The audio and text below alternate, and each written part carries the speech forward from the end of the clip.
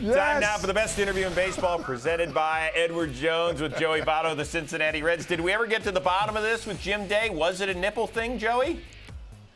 No, it wasn't.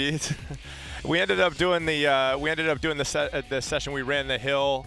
It turns out it was a physicality thing. He wasn't in good shape, but I think we had a good time together. How are you guys doing? Good, doing good. Hey, Jim Day's got a great body too. You know what I mean? I know you want to do that Jim Day segment with him, but Jim Day's always had a good body. So I love how you're bringing up the Jim Day Jim Day segment. Hey, Joey, really quick, man. 2 months of a season. It's so crazy. I mean, we've never seen it, and you guys are in it. And now you're really in it, right at 500. At what part of the season did this feel like a playoff run? Going back, your first comment about 2 months, how lucky are we to be able to play ball? I mean, there's been so much effort behind the scenes to make sure that we can play ball this year. I'm so grateful. I mean, so many people that haven't been thanked. But, we're deep into the season this year. We're in contention this year. It's a really good thing, man. I think it's exciting. Well, we've all obviously not had any fans in the stands. That's been rough. But you've had your own personal rooting section. You got the grounds crew, the noisemakers, and all the sound effects. Now, did you make a deal with them that they had to cheer the loudest for you when you handed those things out? No, not for me, but they're the best. They're the best. The crew's been so good, and we have a good relationship with them. We see them on a daily basis, and as I'm sure Sean can attest, you build relationships. I mean, you make little asks, and here they are playing music for us, playing momentum music during the game. It's awesome. It's really cool. All right, so you were wearing a shirt yesterday representing, the Clubbies, the grounds crew. It seemed like everybody. And you were telling a story about how you and Bronson Arroyo, you think, are the only two in Reds history to have this sort of shirt. And you said you have to go to work. So what sort of work do you have to do in order to earn the shirt? Wow, yeah. No, every Sunday we're home.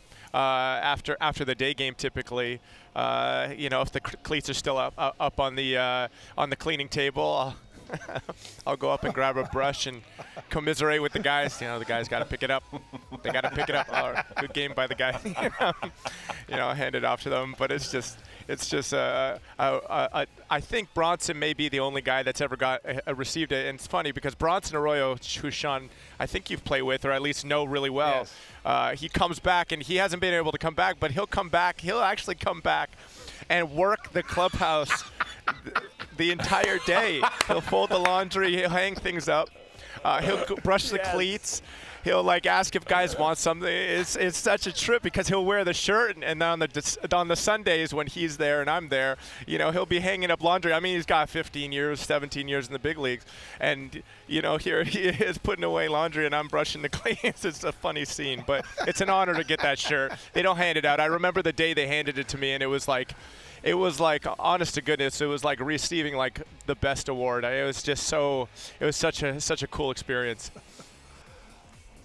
So is Bronson working for tips as a clubby? What's going on? Yeah, I bet he is. No doubt about it. Bronson's just having a great time. He was a great teammate, and whenever he just loves coming back and hang out with the guys. But no, it's cool having some of the old players back. Obviously, Sean, you come back sometimes, but it's a bummer this year. The Joe Morgans, the Johnny Benches, the Barry Larkins, all the different greats, Eric Davis that played in our uniform. They just love coming back here, catching up, talking ball, teaching, and then supporting us. And for us to be a strong club this year, deep into the season, it's such a shame that I don't get to sit right next to Joe Morgan and get a pat on the back or way to go. This is an all-time great player, which we have a lot of in our Reds uniform. I miss those guys, but that'll come at some point for sure. No, it's so true, man. I used to love playing for the Reds for that reason, to see all those guys, Bench and Morgan, and all the guys that would come back. So that must be a little weird not seeing those guys. Look, take us a little bit. When I think of Bronson, and you're talking about jerseys and all that stuff, can you take us back to when you were with this guy in Pittsburgh and he had the Vote for Votto jersey on, and you're well, tell us the story right there. Right. So there's a lot of the shirts. I'm a Nike guy, and a lot of the stuff that they've put out in the past is really difficult to get. They make small batches, and so I've always wanted that particular shirt. And there's a few others that I've spotted in the past, and I was like, holy cow! I've been trying to get that shirt, whether it's on eBay or on the Nike site or just online in general. And he was in the first row. And I spotted it, and I was like, dude, you want to swap a jersey for that shirt? And he's like, dude, I think he just want to take his shirt off and show off. But we ended up swapping the jersey for the shirt, and I have it in the back. But that's like the biggest thing, and I think a lot of players would agree with this. We miss the interaction with the fans. We miss I can't wait for everybody to come back, especially the Cincinnati fans who come early.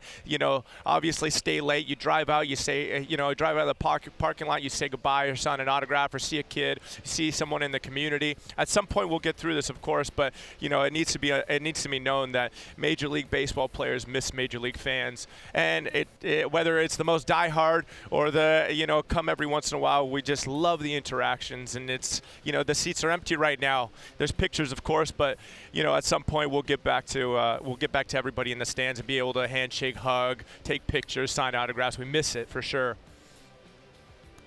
Very, very classy sentiment. We appreciate it, and I'm sure there's everybody in every clubhouse that echoes that sentiment. Now, I do want to get to the cardboard cutouts because they're very interesting. If you guys are fortunate enough to get into the playoffs, Intentional Talk is thinking of buying a section wherever the Reds are playing and then putting the Joey Votto mountie look out there. Does this get a thumbs up from you or not?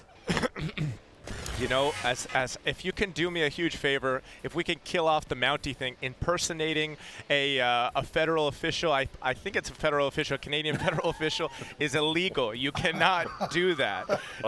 So if you can possibly, Twitter, Google, if you can get rid of all those old pictures of me in a mountie outfit.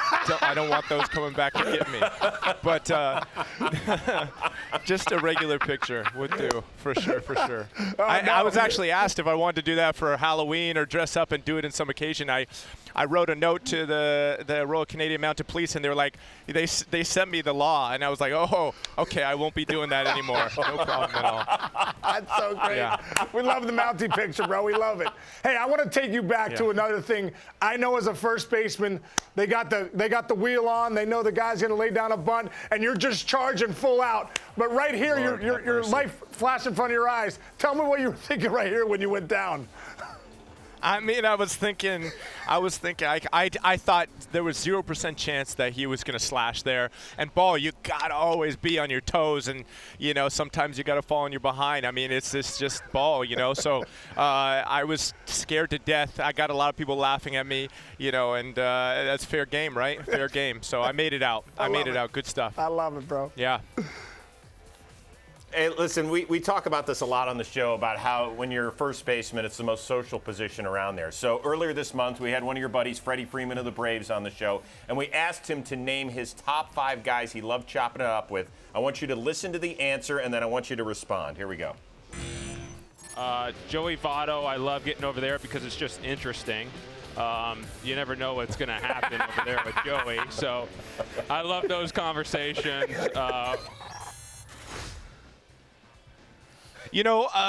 I think he says that because a couple years ago we didn't make the All-Star team, and I said, hey, bro, let's give him a little swat in the behind. Let's make the All-Star team next year. And he's like, okay, next year. We made the All-Star team together. So I think it's more a good luck thing than anything. I mean, he's such a great player who's having a great year, MVP candidate easily. I wish, maybe we get to play the Braves this year and I get to congratulate him. But he's the very same way. He's got a good personality. He's a funny guy. He's very social. And then most importantly, and in my opinion, most importantly, I get to pester him about defense, hitting. I get to ask him the adjustments he's made, and I can learn. I can learn from him. I try to do the same thing at second base, at third base. I do the same thing with all the players. Yesterday I was talking with Tim Anderson, Nick Madrigal. When we go to Colorado, I pester Nolan Arenado. I pester everybody I can because there's just so much to learn. And then most importantly, so many good personalities, such good people in this game, and you get to joke and bring a smile. I mean, we do this every day. At some point, there's got to be some ease during the game for sure. Joey, I used to, everyone asks me, and I'm sure you get this question too, what are you talking to? Who are your favorite guys at first base? I know Lance Berkman was great. Mark Grace was great with me. Hilarious. Who are two guys that pop into your head right now that you're like, these are the best conversations. I can't wait to hang out with this guy at first base? Well, I may have told this story before, and so I'll just talk about one player. So in let's call it 13, 12, 14.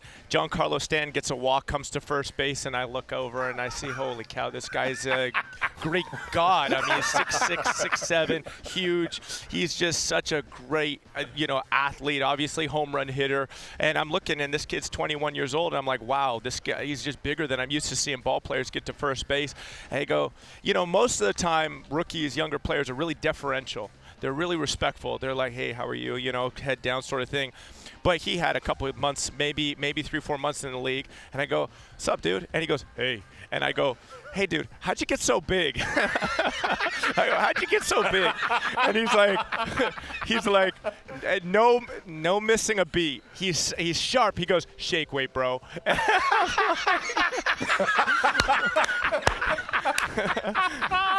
And so I was like, I know this guy's going to play a long time. Good player. That's great. The old shake weight. I love it.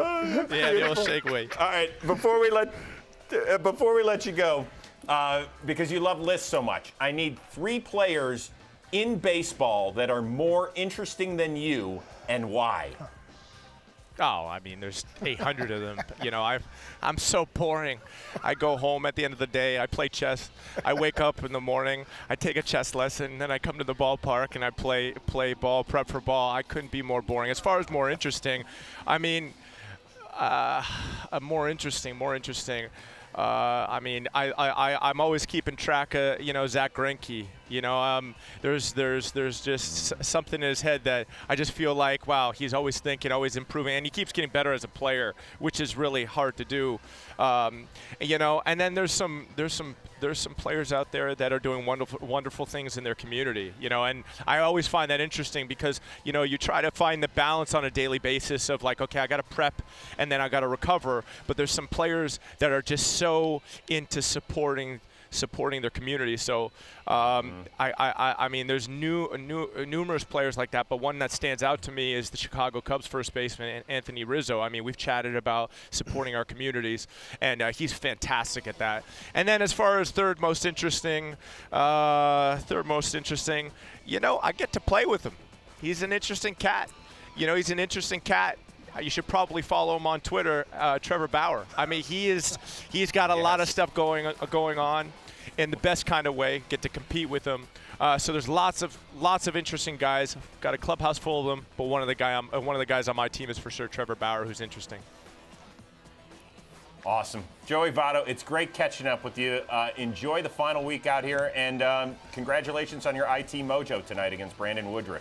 Tell him we apologize when you hit a homer in your Thank circle. you. Thanks, Joey. Appreciate it, man. All right, thanks, guys. Good catching up.